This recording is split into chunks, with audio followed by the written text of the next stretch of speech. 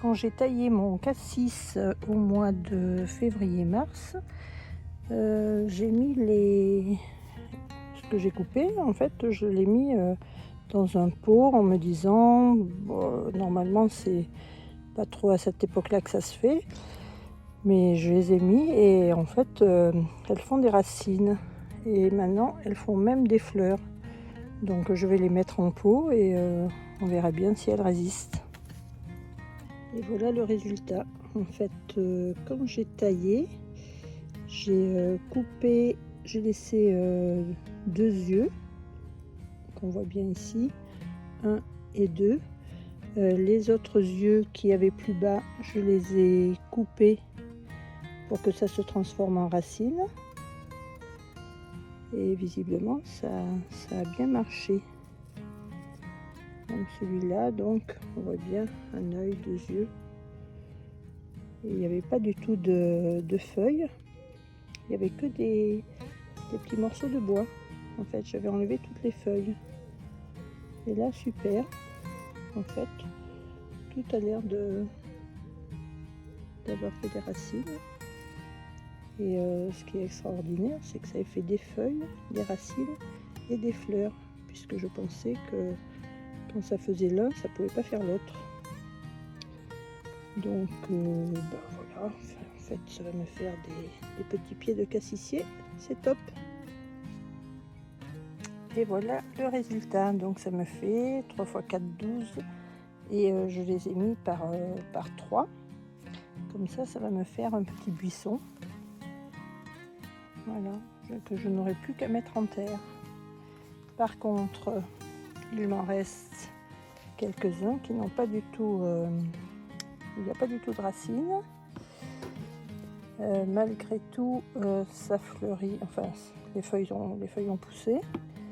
Mais l'année dernière, en fait, j'avais fait la même chose et j'avais mis directement en terre, comme beaucoup de jardiniers le conseillent. Et il y en avait quand même beaucoup qui n'avaient pas résisté. Et sans doute pas résisté au froid ou pas assez arrosé, je ne sais pas. En tous les cas, la méthode dans de l'eau pendant 1 mois ou 2, ça marche bien mieux. Et ceux-là, je ne suis pas sûre de les mettre parce que je ne suis pas sûre qu'il se réveille, ce petit bourgeon-là. Non, il est sec. Donc celui-là, par exemple, c'est pas la peine de le mettre. Et toutes celles-là qui n'ont pas de racines, ou très peu, ben, je vais quand même le mettre. Mais par contre, je vais les mettre toutes ensemble. Et on verra celles qui résistent ou pas. Donc voilà. À tester. Mais par exemple, celle-là qui a déjà des feuilles et qui n'a pas encore fait ses racines, je ne suis pas sûre du tout qu'elle arrive à faire ses racines. Donc voilà, enfin, en tous les cas, cette méthode-là est efficace. Sous la serre, tout pousse bien. On voit ici les salades que j'avais semées début décembre, qui ont mis un mal fou à démarrer. Et là, ça y est, on s'en régale. Là, c'est l'ail. Et alors là, ce sont mes tomates kamikazes que je vous avais montré, je crois, dans une autre vidéo, qui n'ont pas trop apprécié visiblement des températures un peu en dessous de 0 en ce moment, même si je les couvre pour la nuit. Ce sont des tomates kaki coin, je crois. Voilà, et on voit ici qu'elles commencent à faire des petites fleurs, mais je ne suis pas sûre qu'elles soient plus précoces que celles que je vais planter ultérieurement, mais comme je l'ai expliqué, ce sont des graines, je ne pensais pas du tout qu'elles germeraient, et puis si, en fait, ça a germé sans problème. Alors ça, c'est mon amélanchier ou amélanchier. Ça donne tout un tas de petits fruits qui ressemblent à des myrtilles et qui sont délicieuses. Et l'année dernière, j'en ai eu beaucoup. Et le problème, c'est que je ne sais pas comment tailler cet arbuste. Sur internet, beaucoup disent qu'il faut le laisser sous forme d'arbre et en fait pas d'arbuste. Mais moi, le problème, c'est que il a je ne sais pas combien de départs, peut-être une dizaine ou une quinzaine de départs en bas. Et donc lesquels enlever, lesquels garder, je n'en ai aucune idée. Et je ne trouve pas de taille en fait sous forme d'arbuste. Donc cette année, je vais le laisser comme ça parce que du coup il a bien démarré et puis je pense que j'aurai encore beaucoup de petits fruits. Mais je pense que si je ne fais rien, ça risque de le fatiguer. Donc je suis preneuse de vos idées de taille pour cet arbuste-là, il n'y a pas de problème. Voilà ici la bonne surprise du printemps, c'est que les poules qui m'avaient tout arraché la rhubarbe, eh bien finalement ça va peut-être fortifier puisque là elle est toute belle et à côté on voit la belle de mai qui est censée être le premier fruit de l'année et qui n'a pas encore, je n'ai pas encore eu le plaisir de goûter. Ici la sauge est magnifique, le thym à côté qui pousse bien aussi, qui s'épaissit, le romarin bien sûr qui est en fleurs et la mélisse qui prend toute la place de mon petit carré où j'avais normalement de la menthe marocaine sur la gauche, mais là je crois que la mélisse l'a envahi. Et on a aussi de l'origan ici, mais il a du mal à trouver sa place.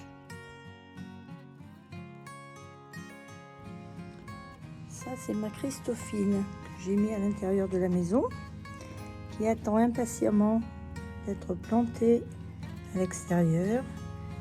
On voit qu'elle pousse très bien.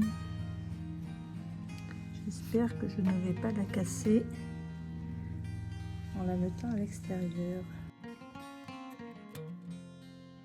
Petite visite sous la terre de mes pommes de terre pour avoir des pommes de terre précoces. Cette nuit il a fait -1 et je vois qu'il y a quelques pieds qui n'ont pas trop supporté, comme celui-là, qui est bizarre parce que il est au milieu de la serre. À gauche tout va bien, à droite il y en a un aussi qui est pas très bien, mais globalement ils sont pas tous dans cet état là, c'est bizarre. Pour info, j'ai pris des pommes de terre que je ne connaissais pas, donc Ricea pour celle-là, ce rang là je ne sais plus, et de l'autre côté c'est de la Rosabelle. Une semaine plus tard, ça pousse à toute allure, les petites pommes de terre. Et alors sous la serre, voilà mes tomates que j'ai mis en terre il y a 1 mois, donc bien trop tôt, à côté de mes petites fèves qui elles poussent bien. Il y en a un peu partout. Les salades poussent aussi. Voilà, finalement les tomates n'ont pas l'air d'avoir trop souffert sous cette serre non chauffée. Et même dans l'autre serre, je commence à avoir des petites tomates. Et sous cette serre là, où j'avais aussi mis des tomates très tôt, et bien ça commence à faire des petites tomates. Je pensais pas du tout. Je pensais pas qu'elles auraient résisté. Mais si. Finalement, c'est plus costaud qu'on ne pense, une tomate. Et alors là, bien sûr, énormément de choses. Bon, ça, c'est des fèves que j'avais replantées parce qu'il m'en restait quelques graines. Et comme je voulais pas garder ce peu de graines dans un sachet, je les ai mis comme ça. Je vais les remettre dehors. Après, ici, il y a des concombres, des melons, des petites betteraves, des concombres. Le concombre arménien, c'est un concombre qui fait d'énormes concombres très longs. Après tout ça, c'est mes boutures de cassis qu'il faut que je remette en terre parce que là, on voit qu'elle souffre un peu. Et après ici, ce sont des petites graines de poivrier du Sichuan. Alors le poivrier du Sichuan, je pense que beaucoup connaissent. J'ai fait une vidéo là-dessus quand j'ai récolté. Et quand on récolte, on récupère l'écorce, c'est ça qu'on mange. Et la petite graine à l'intérieur, on ne la mange pas. Donc du coup, je l'avais mis au congélateur. Et tous les ans, j'en repique, j'en remets comme ça à germer, une dizaine, une quinzaine. Et là, ça me fait des petits poivriers que je repiquerai un de ces jours. Encore beaucoup de semis ici. Et justement, l'année dernière, voilà, j'avais 2 bébés poivriers du Sichuan. Et ils ont eu du mal à passer l'hiver. Je croyais qu'ils étaient morts et puis non, ils ressuscitent. Et ça, c'est des pieds d'amelanchier que j'ai pris. Et je ne sais pas du tout si ça va faire des racines ou si ça va péricliter. Après, ici, il y a beaucoup de fleurs, des œillets, des cosmos. Ici, quelques petits pieds de tomates, courgettes.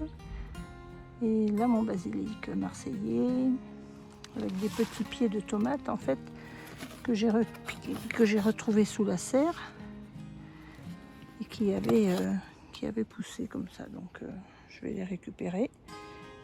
Et elles vont grandir et ça va me faire des petites cerises, des tomates cerises indigo.